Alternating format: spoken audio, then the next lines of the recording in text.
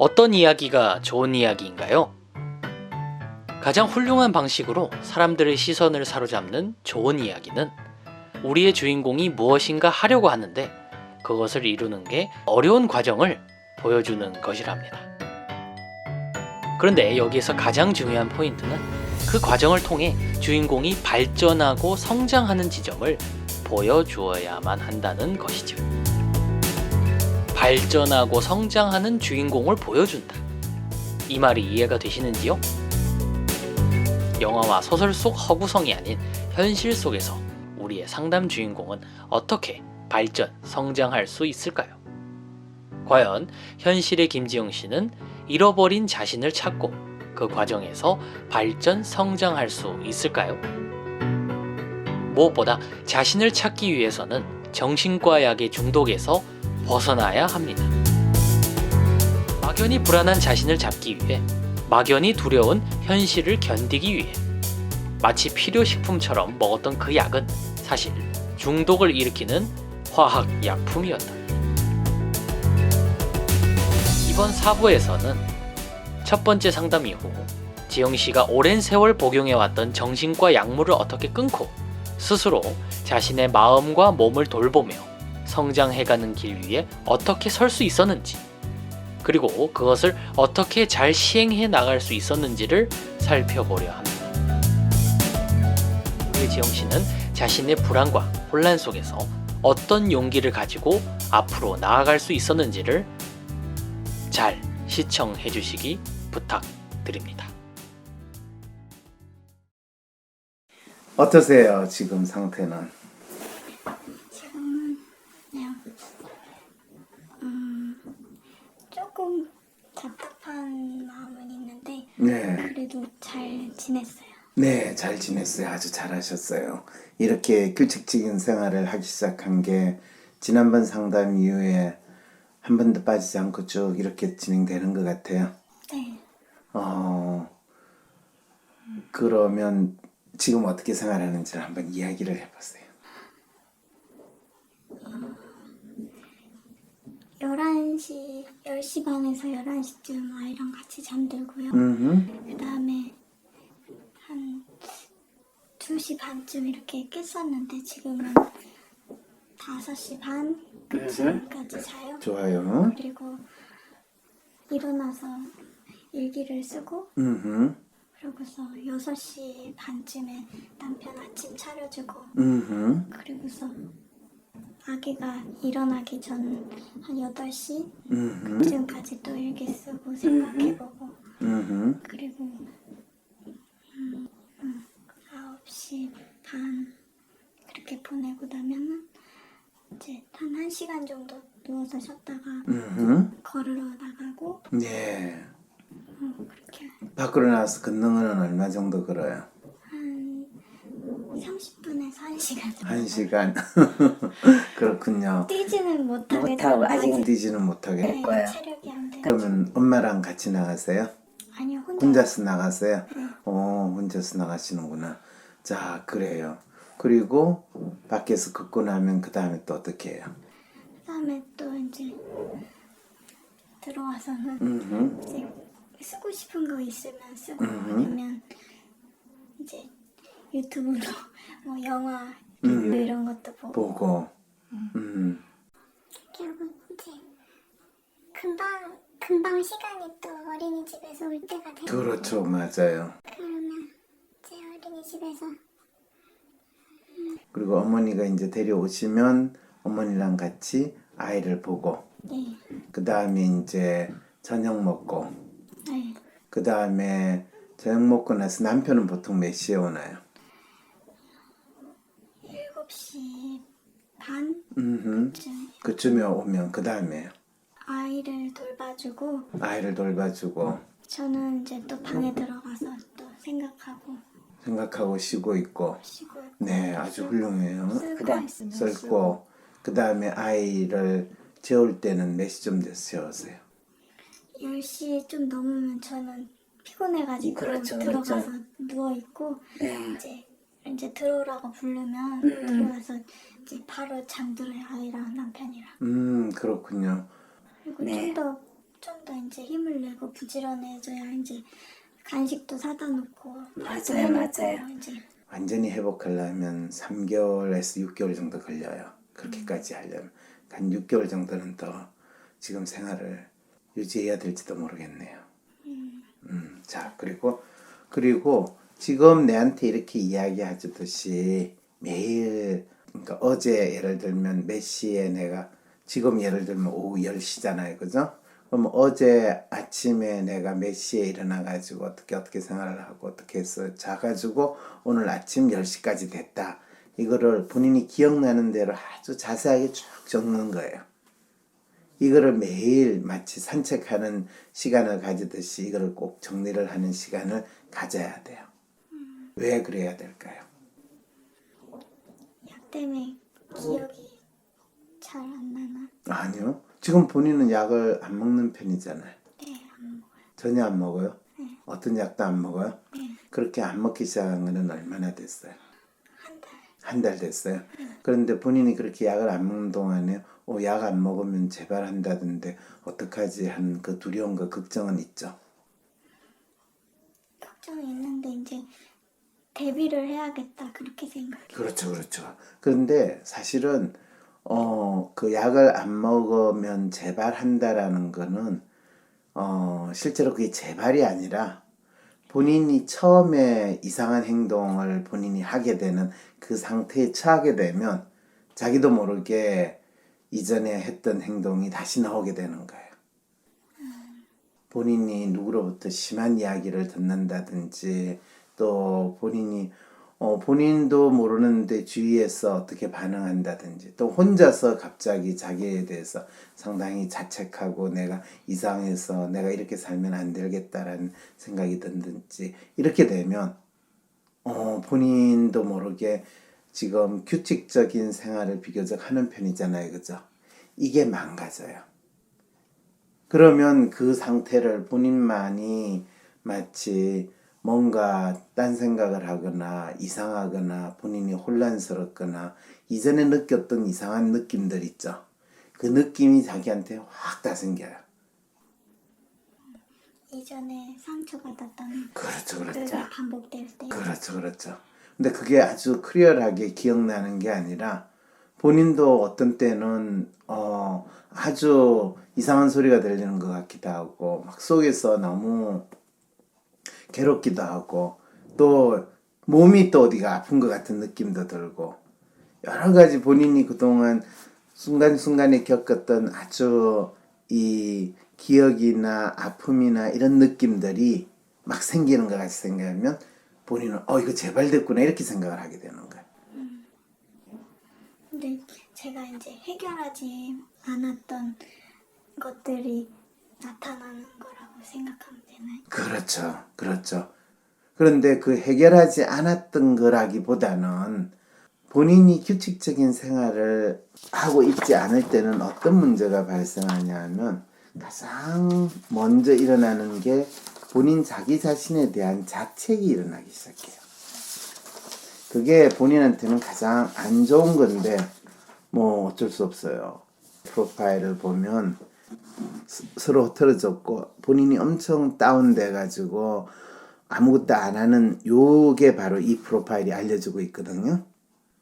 그러면서 내가 이래야 된다 이렇게 돼야 된다라고 하면서 자기 자신을 자책하고 자기 자신을 상당히 푸시하고 그렇게 할 수 있는 자신감이나 또는 자기 자신이 뭐 하는 사람인지 모르겠고 그냥 무작정 그냥 자기가 무기력하게 또는 편하게 지내고 싶은 마음밖에 없으니까 전체 심리 상태가 이제 완전히 혼란스럽고 다른 사람이 보기에는 쟤는 진짜 아무것도 안 하고 그냥 널브러져 있다 이렇게 느끼게 돼요.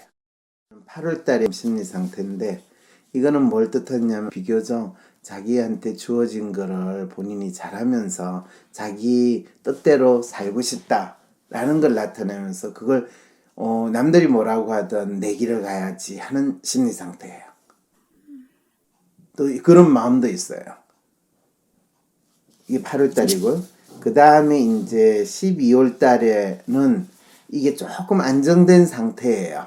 본인은 지금 12월 딸에는 불안정한 상태인데 이걸 이상 프로파일로 생각을 하면 본인이 이렇게 안정된 상태의 사람이 되고 싶다라는 것을 본인이 이상적으로 생각한다는 거죠.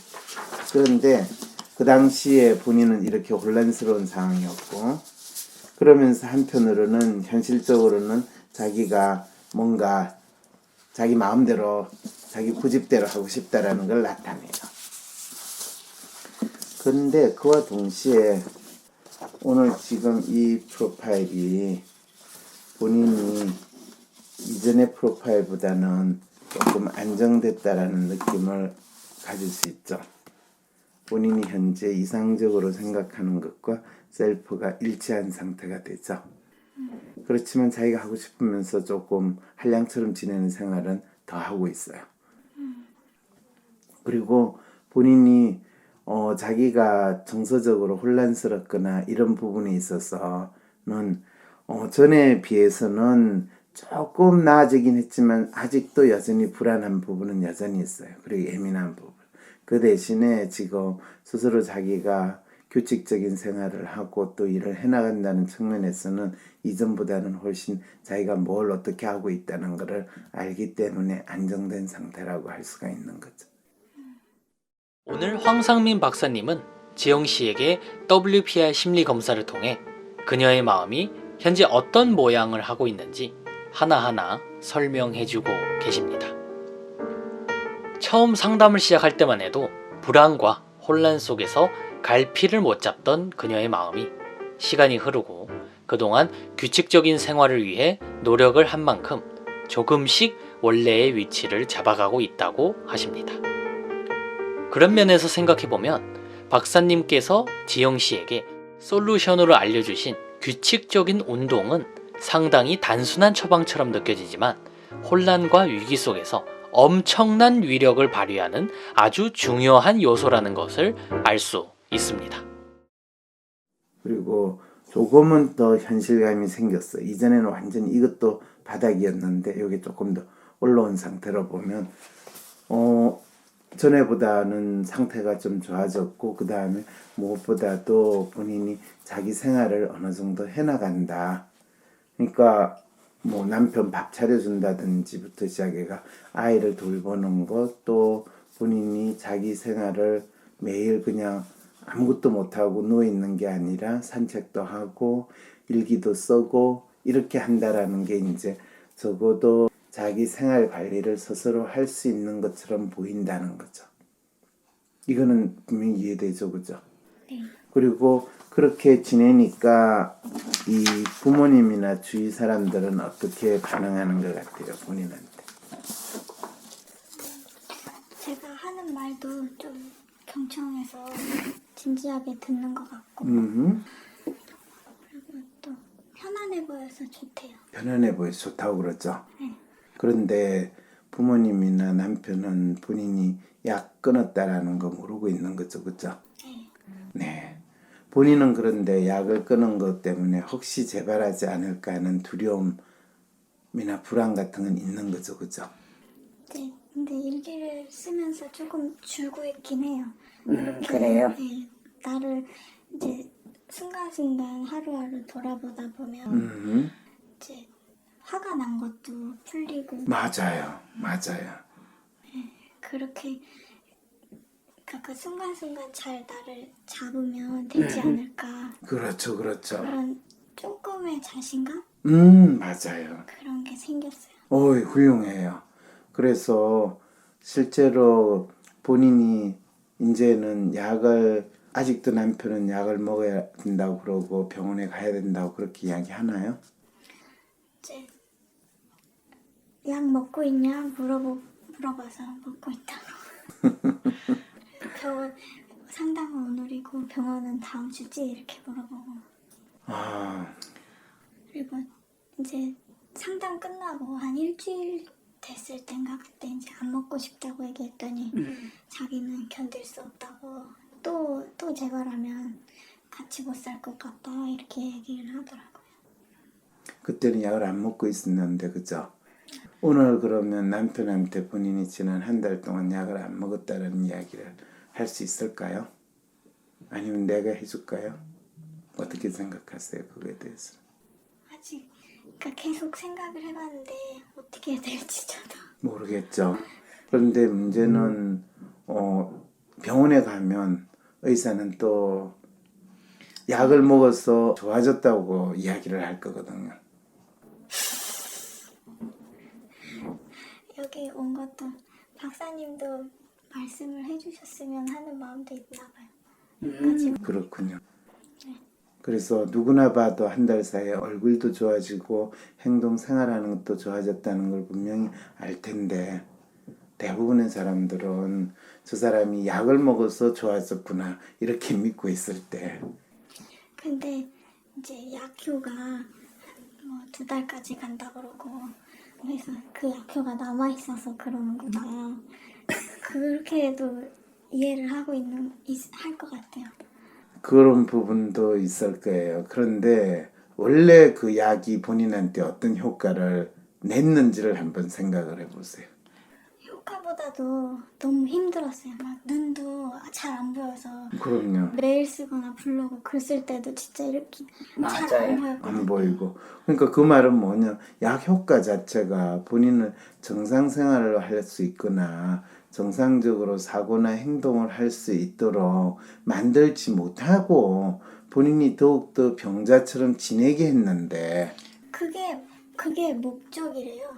아니, 그러니까 그게 목적으로 생각하는 것 같아요, 병원에서. 네, 맞아요. 그런데 본인이 약을 끊고 지금 비교적 정상적으로 생활하고 본인이 원하는 걸 지냈는데 그거를 하게 되면 마치 약의 효과가 있어서 그렇다라고 하는 희한한 이야기를 하는 게 병원이나 의사의 이야기잖아요. 뭔가 안 맞잖아요. 그냥 70%로 내 능력의 70%로 살면 이제 재발이 없을 것이다. 그렇게 얘기를 하더라고요. 진짜 그 사람들 너무한 사람들이죠. 그죠? 근데 20%도 안 되는 것 같아요. 제 능력. 맞아요. 그러니까 정신적인 능력은 다음으로 치더라도 육체적인 능력이 너무 떨어져서 옆에 애기 옆에 앉아있기도 힘들어요. 그러게요. 제 몸은 가만히 있는데 이렇게 막 흔들거리는 것 같고 뒤로 넘어질 것 같고 그러게. 그래서 하루 종일 24시간을 누워있어야 돼요. 그렇게 약을 먹을 때는 그런 상태로 지내는데 약을 안 먹고 지난 한 달 동안은 본인이 진짜 조금은 살 것 같고 정상적인 생활을 할 것 같은 상황이 된 거죠. 그죠? 네, 좀 더 있으면 더 나아질 것 같아요. 그럼요. 더 있으면 더 나아질 거예요. 그런데 본인이 혹시 한 달 또 약을 안 먹고 지내면 어떻게 될까 하는 불안한 마음이 있기 때문에 지금 걱정이 될 수는 있어요. 근데 그게 본인이 지금 이 생활하는 스케줄을 그대로 유지하고 뭐 운동이나 산책하는 시간을 30분에서 1시간 정도 늘릴 수 있으면 좋고 또 본인이 일기 쓰거나 하는 거에서 본인이 매일 뭘 했다라는 거 그랬을 때는 항상 어제 내가 몇 시에 일어났고 그때부터 거의 일어나는 거 기억나는 거를 세세하게 다 적는 거 그게 어제나 그저께나 다 똑같다 하더라도 똑같지는 않아요. 조금이라도 뭔가 다른 게 있거든요.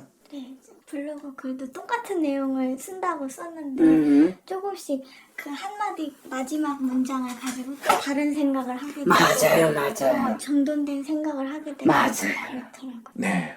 그렇게 본인이 쓰게 될 때 자기 자신을 좀 더 분명히 인식하게 되고 또 본인이 혼란스럽고 무기력한 그 상황에 빠지지 않게 돼요. 알겠죠? 때때로는 본인이 내가 왜 이러나 싶은 충동적인 느낌이 들면 그 느낌을 일단은 본인이 행동으로 옮기기 전에 글로 다 써놓고 뭐 어떤 행동을 하든지 울고 싶을 때나 또 내가 너무 무섭거나 할 때도 일단 글로 써놓으면 그 감정 자체가 훨씬 본인이 덜 자책하고 덜 두려워지는 그런 상황이 돼요. 오랜 세월 먹어왔던 약을 끊는다는 것. 그것은 지영 씨가 그토록 바라는 일이었습니다.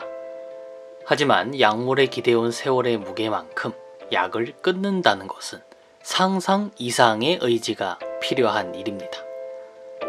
그래서 황 박사님은 약을 끊는 과정에서 지영 씨를 거대하게 덮칠 불안을 줄이기 위해 규칙적인 일과 스케줄과 운동을 계속해서 강조하십니다. 그리고 혹여나 마음이 불안하고 혼란스러워지면 그 모든 마음을 꺼내 글로 적으라고 조언해 주십니다. 그렇게 한 줄 한 줄 적다 보면 스스로가 조금 덜 두려워지고 조금씩 불안감을 낮출 수 있다고 알려주십니다. 지금도 약을 먹고 있지 않다고 얘기를 안 하고 있는 것도 불안했고 얘기를 했을 때 벌어질 상황도 불안하고 불안했는데 그렇죠. 일단은 얘기하지 않고 있는 상황도 조금 편안해졌고 얘기했을 때 일어날 수 있는 일보다도 내가 지금 겪고 있었던 게 더 힘들기 때문에 맞아요. 얘기를 하고 어떤 일이 일어나더라도 괜찮다. 일단은 내가 먼저 약을 먹지 않아야 된다. 그렇게 생각을 하고 있어요. 맞아요. 그리고 남편은 왜 약을 먹는 거를 원하고 또 그렇게 기대할까요? 아내로서 평균적인 모습을 보여줄 수 있다. 약을 먹으면. 네. 근데 남편이 경험을 한 거는 약을 먹는 상태에서는 그렇지 않은 모습을 봤잖아요. 그죠? 네. 그리고 지난 한 달 동안은 약을 안 먹고 지냈으니까 지금은 남편이 아내로서의 평균적인 모습을 하고 있다고 생각할까요? 여전히 미흡하다고 생각할까요? 조금 미흡하지만 봐줄만하다. 봐줄만하다. 네, 그렇게 생각하고 있을 그렇죠. 것 같아요. 그러면 그게 남편이 약 때문이다 라고 생각을 하면 남편이 이전에 약 먹었을 때 아내로서 평균적인 부분이 안 됐다는 아쉽다는 것과 지금은 그래도 봐줄 만한 바뀐 거, 이 차이가 왜 일어났는지에 대해서 모른다는 이야기가 되겠네요. 네, 작년에 이제 2월부터 11월까지 약을 안 먹었었어요. 그때는 이제 저에 대해서 이해를 못하는 부분, 뭐 물건을 많이 사고 이런 건 있었지만 그래도 생활을 잘한다 생각을 했었던 것 같아요. 근데 안 먹고 있다가 11월에 그렇게 재발한다고 한 모습을 보여준 거라서 지금도 안 먹는다고 하면 몇 개월 뒤에 재발할 수도 있다라고 하는 생각을 가지는 거죠. 본인에게서는 약을 먹느냐 먹지 않느냐보다는 본인이 약간의 충동적이거나 발작적인 행동을 하는 거는 단순히 약을 먹느냐 안 먹느냐가 아니라 본인이 대학교 들어가서 또 심지어는 고등학교 다닐 때부터 본인이 자기 생활에 있어서 자기가 좌절감을 느끼거나 자기가 뭘 해야 될지 모르는 혼란스러움이나 무기력감을 느낄 때 극단적으로 본인이 위축되고 불안해 있어서 거의 꼼짝도 못하는 상황이 되거나 아무것도 못하게 되는 상황이 기본적으로 일어난다는 거죠. 그는 고등학교 때도 마찬가지였고 대학교 때도 마찬가지였기 때문에 본인이 항상 자기 생활을 스스로 어떻게 볼 수 있느냐, 이것이 본인에게 있어서 핵심 문제지, 약을 먹느냐 안 먹느냐, 약을 안 먹었기 때문에 재발했냐, 이건 전혀 이슈가 아니라는 거죠. 근데 남편은 그런 거는 전혀 모르는 상태에서 약을 먹었냐 안 먹었냐 이걸로 가지고 판단을 하고 있으니 참 답답하고 어떤 때는 무섭기도 해요. 지영 씨는 지금 한 달째 정신과 약을 끊고 규칙적인 일상을 유지하며 생활을 해내가고 있습니다. 그러나 가족과 남편 모두는 그녀가 약을 먹기를 바랍니다. 그녀가 약을 먹어야만 발작적인 행동을 하지 않을 거라 믿기 때문입니다. 신기하게도 주변 사람들은 지영 씨가 문제적 상황에 처하게 되는 것이 약을 먹고 안 먹고의 문제가 아니라는 사실을 잘 알지 못합니다. 이럴 땐 어떻게 해야 할까요? 나는 약을 먹고 안 먹고에 따라 내 마음의 고통은 있다가 없다가를 오가는 것이 아닌데 참으로 답답할 노릇입니다. 무섭다는 거는 왜 무섭게 느껴질까요? 그 상담 전에는 강제로 먹을 수도 있겠다 그렇게 그럼요. 강제로 먹이기도 해요. 그렇게 생각했는데 지금은 이혼하겠다 이렇게 얘기를 하니까 그런 협박을 하니까 또 자살하고도 싶었다 내가 이렇게 힘들 때 이렇게 아이고. 얘기를 하니까 그럼에도 불구하고 이제 나를 혼자 두면 이혼을 하면 또 내가 방치될까봐 이혼할 수가 없다 이렇게 얘기를 하니까 그렇죠. 어쩌면 이 상황에 대해서 남편이 불안하고 또 남편도 정확하게 이 상황에 대해 이야기 힘드니까 남편 나름대로 본인의 불안감도 약간 달래고 또 남편이 믿고 있는 예를 들면 약을 먹으면 모든 문제가 해결될 거다 라고 하는 그거에 따르도록 이제 나름대로 이렇게 약간 위협하듯이 이야기를 하는데 사실은 그게 효과도 없고 어쩌면 역효과가 있을 부분도 있는데 남편은 그런 부분에 대해서는 조금 아직 이해를 못 하시는 것 같네요. 그렇죠.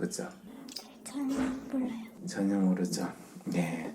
자, 그럼 일단은 이제 본인이 지금 질문한 것들에 대해서만 내가 일단 이야기를 해줬고 그래서 본인이 몇 개월 지나면 혹시 재발하지 않을까라고 불안하는 거는 그럴 불안할 필요가 없어요.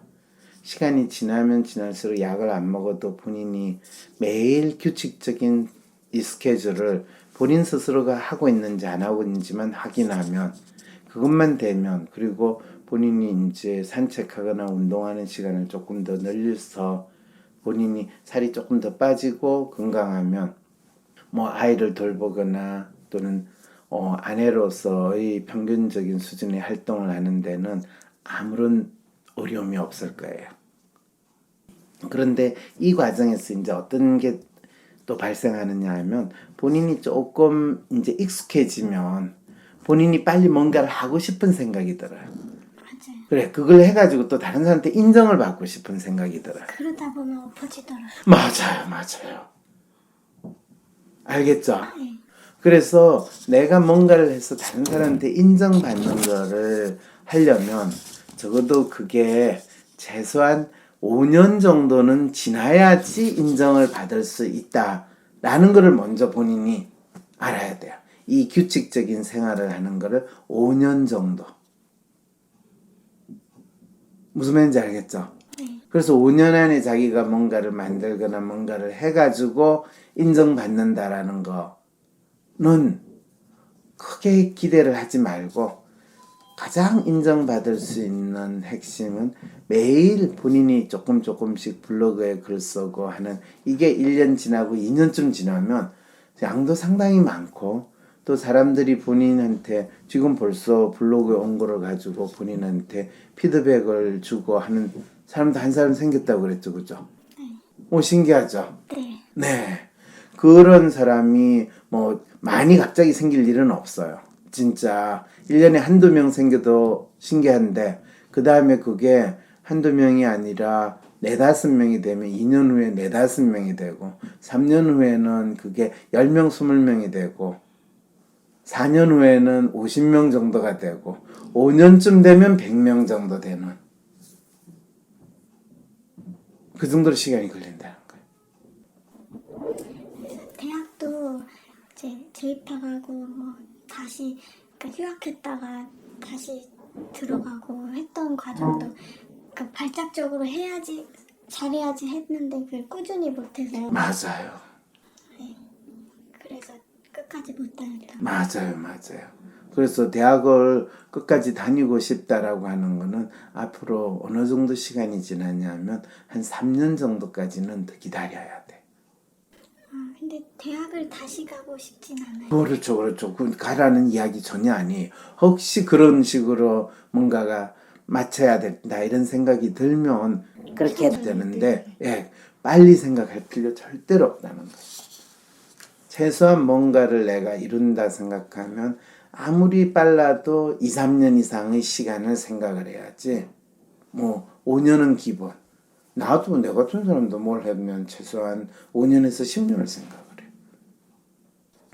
그래서 약의 문제는 걱정할 필요가 없고, 혹시 만약에 본인이 잠을 못 자거나 불안하거나 할 때 가장 먼저 어떻게 해야 되죠? 글을 쓴다. 그렇죠. 내가 왜 잠을 못 자고 있는가? 내가 지금 있는 상태에 대해서 내가 왜 불안한가?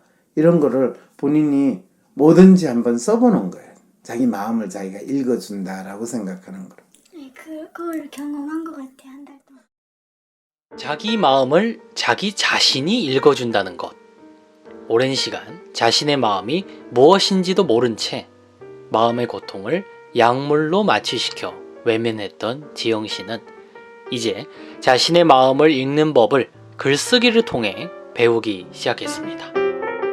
그래서 지영 씨는 박사님의 말씀처럼 괜히 불안한 마음에 잠에 들지 못하거나 자신도 모르게 혼란스러워질 때 컴퓨터에 앉아 글을 쓰곤 합니다. 오, 훌륭해요, 훌륭해요. 예. 쓰다 보니까 예. 제가 몰랐던 마음도 알게 되고 맞아요. 그냥 꿈을 꾼 것도 내가 고민하는 거랑 연결지어서 그냥 이렇게 붙여보면은 그냥 조금 후련해지는 것 같고 맞아요. 그랬어요. 이제 알겠죠? 고등학교 땐 그걸 했거든요. 오, 그래요? 글쓰기 일기를 매일 쓰면서 그래도 하루에 뭐 한 칸 정도는 이만큼 정도는 글을 쓰겠다 뭐 이런 다짐이 있어서 매일매일 썼거든요. 네. 그랬을 때 뭐 친구 관계나 뭐 어려움이 있을 때 그거에 대해 쓰면서 후련해지고 다시 재생되고 그런 느낌이 있었거든요. 근데 우울해지면서 그 패턴을 잃어버려서 맞아요. 저를 잃어버린 것 같아요. 맞아요. 오, 훌륭해요. 정확하게 자기를 잘 파악했어요. 그래서 왜 약을 먹지 말라 그랬냐? 약을 먹으면 그거를 할 힘이나 기회를 그 약이 빼들어가기 때문에. 네, 제가 박사님한테 이제 그 약 중단한 초기쯤에 메일 보내고 그럴 때 메일을 다시 읽어보니까 지금 잘 이해가 안 되는 거예요. 그러니까 뭐 주어 서술어 호응도 잘 안 맞고 이렇게 하고자 하는 말이나 주장이 뭔지 잘 모르겠고 근데 그걸 블로그로 옮겨가서 이제 쓰는 걸 보니까 그래도 뭔가 하고 싶은 말이 있다는 걸 알겠고 그렇죠. 내가 내 속에 있는 뭐 엉얼이나 이런 걸 해결하고 있다는 걸 느껴요. 맞아요, 맞아요. 아주 잘 파악했어요. 네. 그래서 본인이 마음이나 상황에 따라 최선을 다하는 거, 이거는 뭔가를 특별히 더 많이 하는 게 아니라 지금 본인이 나름대로 매일매일 하는 그 스케줄을 그걸 하면 그거로 충분히 잘하는 거예요. 알겠죠? 항상 밤에 10시 반, 11시쯤에 잘 때 내가 오늘 하루도 너무 뿌듯하게 잘 지냈구나 라고 자기를 칭찬하면서 자도 돼요. 네, 한 달 동안 그랬어요. 오유, 잘했어요. 진짜 잘했어요. 네. 뿌듯했어요. 뿌듯했죠? 네.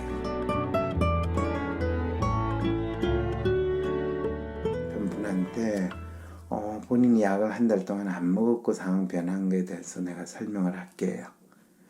그리고 가족한테는 본인이 이야기해도 되고 뭐 남편이 이야기를 하든지 상관없이 지금 상태로는 굳이 설명을 할 필요는 없어요. 본인한테 약 먹으라고 강요를 하지는 않으니까.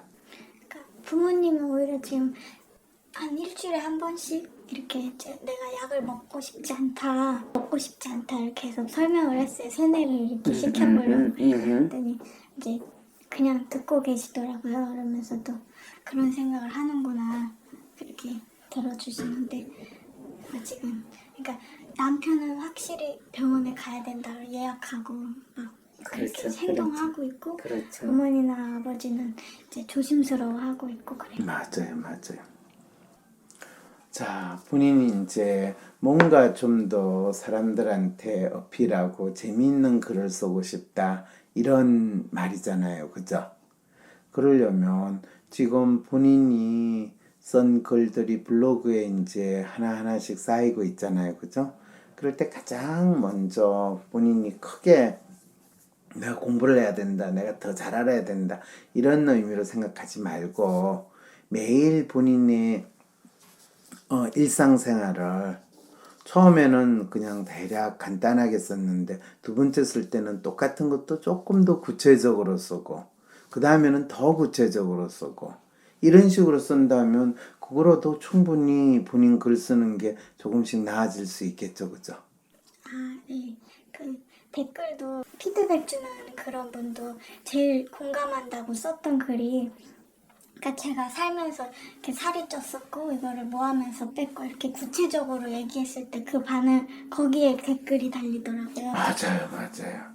자기가 그냥 막연한 감정, 막연한 두려움이나 불안 이런 거를 쓰면 사람들은 이해를 못하고 공감하기 힘든데, 구체적으로 내가 몸무게가 몇 킬로였고 또 이거를 매일 내가 어떻게 하면서 몇 그램이 빠져가지고 일주일에 얼마가 됐고 또 얼마가 됐고 이런 식으로 아주 사소하게 보일 것 같지만은 그게 많은 사람들이 훨씬 이 사람 진짜 자기 생활을 관리를 참 잘하는구나, 이 사람 멋있다. 그래서 그 구체적인 거를 자기가 매일 기록하고 자기를 나타낼 때 나라는 사람이 좀 더 뚜렷하게 나도 나를 알게 되는 거죠. 생각만 하면 그 생각은 현실에서 이루어졌는지 안 이루어졌는지 사람들이 모르는데 제가 겪어낸 거는 그건 또 현실로서 의미를 갖는 것 같아요. 맞아요. 지금 이 글 쓰는 거, 캐릭터를 구체화하는 거, 또 어떤 미술이나 조각을 하고 싶은 거 조금 더 기다려주세요. 한두 달 더 기다린 다음에 지금 하고 있는 거 계속 해나가는 게 필요해요. 오늘 상담 내용 속에서 지영씨가 어려운 상황 속에서도 스스로 성장해 나가는 지점을 발견하셨나요? 현실의 지영씨가 보여주었던 놀라운 모습은 바로 약을 끊는 것에서 시작되었답니다. 혹시나 재발하지는 않을까 하는 두려움도 있었지만 그것보다 더 큰 것은 아이 엄마로서 아이를 내가 키우고 싶고 정말 부끄럽지 않은 엄마로 살고 싶다는 마음이었답니다. 그리고 정말 감사하게도 지영씨는 한 달째 약물을 끊고 규칙적인 생활을 할 수 있게 되었답니다. 그리고 스스로, 아니 가족들에게도 정말 자신의 삶을 하나씩 만들어가는 것이 무엇인지 보여주었답니다. 물론 여기에서 현실이 소설과 완전히 다른 것은 우리의 김지영 씨는 가족들에게 자신이 약을 먹지 않는다는 것을 알리지 않았다는 것입니다. 놀랍게도 가족은 김지영 씨가 약을 먹지 않는 것, 약을 먹으면서 스스로 정신병 환자의 상황에 처해 있거나 환자의 생활과 행동을 해야 한다는 것을 굳게 믿고 있기 때문입니다. 그렇습니다. 가족들은 모두 이제 김지영 씨가 정신병 약을 먹지 않으면 정신병 환자의 행동이 다시 나타날 것이다 라고 굳게 믿는 희한한 상황이 된 것입니다. 물론 김지영 씨도 이런 불안에서 완전히 자유롭지 못합니다. 문득 자신이 힘들었던 과거의 기억이 밀려들 때, 또는 하루에도 몇 번씩 막연한 불안감이 치솟을 때 예전처럼 약을 먹어야 하지 않을까 하는 마음이 들기도 합니다. 하지만 현실의 김지영 씨는 약 먹는 대신에 자신을 지킬 수 있는 길을 찾았습니다. 그것이 바로 규칙적인 생활, 그리고 자신의 불안을 표현하는 것, 바로 글을 쓰는 일이었습니다. 정말 신기하지 않나요? 영화 속 김지영 씨와는 다르게 현실의 김지영 씨는 약을 먹지 않기 위해, 아니 더 이상 정신병 환자가 되지 않기 위해 약을 끊고, 그리고 제대로 자신을 찾기 위해 글쓰기를 하게 된다는 것입니다. 그리고 무엇보다 여기서 중요하게 우리가 생각해야 할 지점은 약을 먹는 상태에서는 하루하루를 제대로 기록하는 것도, 소설이라는 것을 완성해낸다는 것도 불가능하다는 사실입니다. 무엇보다 현실의 김지영 씨가 더 이상 정신병 환자가 되지 않기 위해, 아니 정신병에서 벗어나기 위해서는 바로 당장 자신이 먹고 있는 약의 중독에서 벗어나야 한다는 것입니다. 의사들은 알코올 중독이나 기타 약물 중독을 치료할 때에는 바로 그 중독 물질이라고 할 수 있는 알코올이나 마약성 약물을 즉시 그리고 결코 다시 접하면 안 된다고 합니다. 하지만 놀랍게도 이들은 정신과 약이라고 처방하는 약들이 바로 이런 마약성 약물이라고는 결코 이야기하지 않습니다. 정신과 약은 마음을 진정시켜주거나 불안을 억제해주는 약이 아닙니다. 단지 뇌와 신경계의 활동과 같은 전반적인 신체 활동이나 뇌와 신경계와 같은 특정 신체 장기의 활성화와 관련된 기능을 수행할 뿐입니다. 그렇기에 마치 우리의 마음을 나타내는 신체 활동을 억제하는 것처럼 보일 뿐입니다. 특정 개인이 가진 마음과는 사실 아무런 관계가 없는 약물들입니다. 모든 약은 정신이나 마음이 아닌 몸의 기능에 영향을 미칠 뿐입니다. 그럼에도 불구하고 인간이 자신의 마음을 구체적으로 표현하기 위해서는 신체를 활용하기 때문에 마치 우리는 이런 정신과 약이 마음에 영향을 미치고 마음을 나타낸다고 착각을 하는 것입니다. 현실의 김지영 씨 역시 자신이 약을 먹을 때는 눈도 잘 보이지 않아 글을 쓰는 것이 힘들었습니다. 그리고 스스로 사고나 행동을 제대로 한다는 게 무척이나 어려웠다는 점을 고백했습니다. 그러면서 오랫동안 정신과 약을 먹을 때는 자신이 정상적인 생활을 하지 못한 채 자신을 더욱 병자로 지내게 만드는 것만 같다고도 이야기합니다. 하지만 아무도, 심지어 가족까지도 자신의 이야기에 귀를 기울이지 않는다는 아픔을 호소합니다. 사실 이 지점에서 가족은 자신에게 약을 먹기를 강요하고 또 약을 먹은 상태, 즉 정신병 약을 먹어 정신병 환자로 있게 하는 상태를 원하기까지 한다고 믿고 있습니다.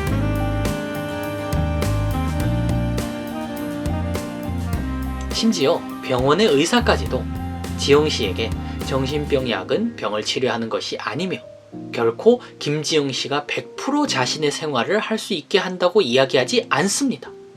단지 당신의 일반 생활 능력을 겨우 70% 정도만 발휘하고 살면서 막연히 더 이상 정신병이 재발이 되게 하는 일이 없을 것이라는 이야기까지 듣습니다.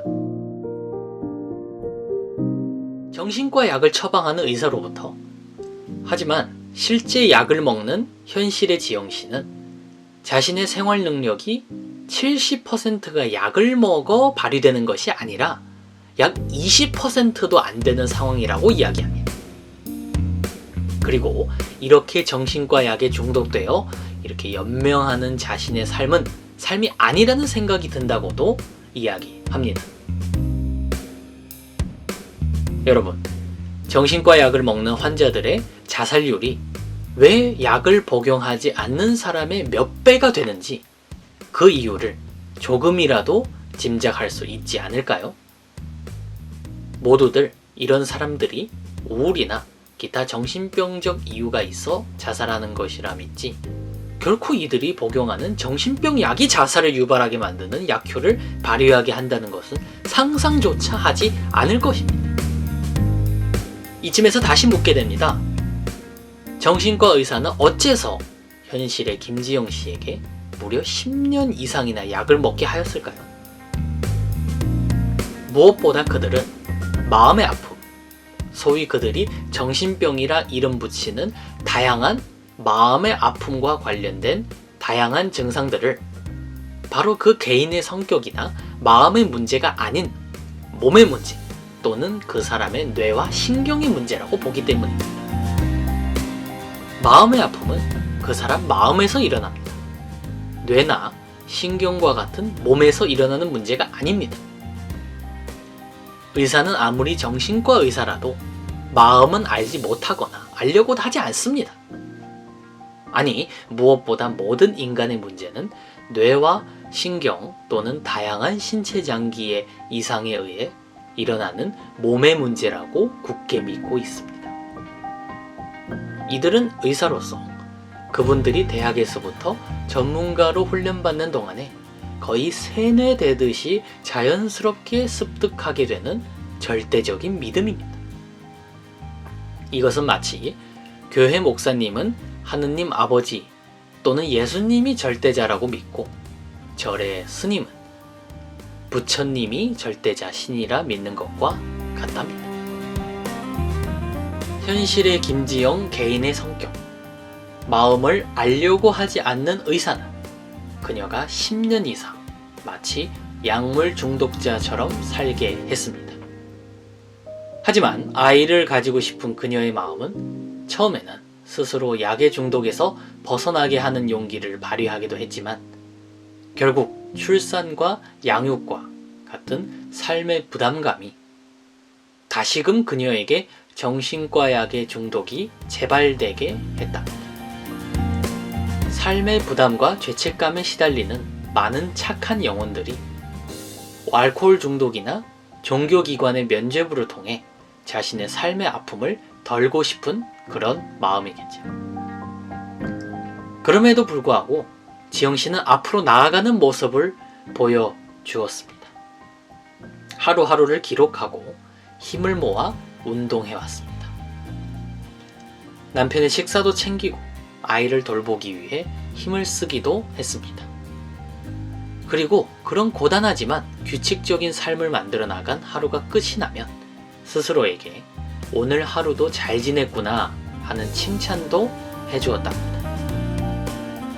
확실히 오늘 4부에서는 현실의 김지영 씨가 어떻게 자신의 삶의 주인공이 되어가는지 보실 수 있었답니다. 그리고 그 덕분에 어느 때보다 감사한 마음이 드는 상담 시간을 여러분과 함께 할 수 있었습니다. 오늘도 함께 해주신 여러분 감사합니다. 내일 시리즈의 마지막을 장식할 5부도 꼭 함께 해주시길 부탁드립니다.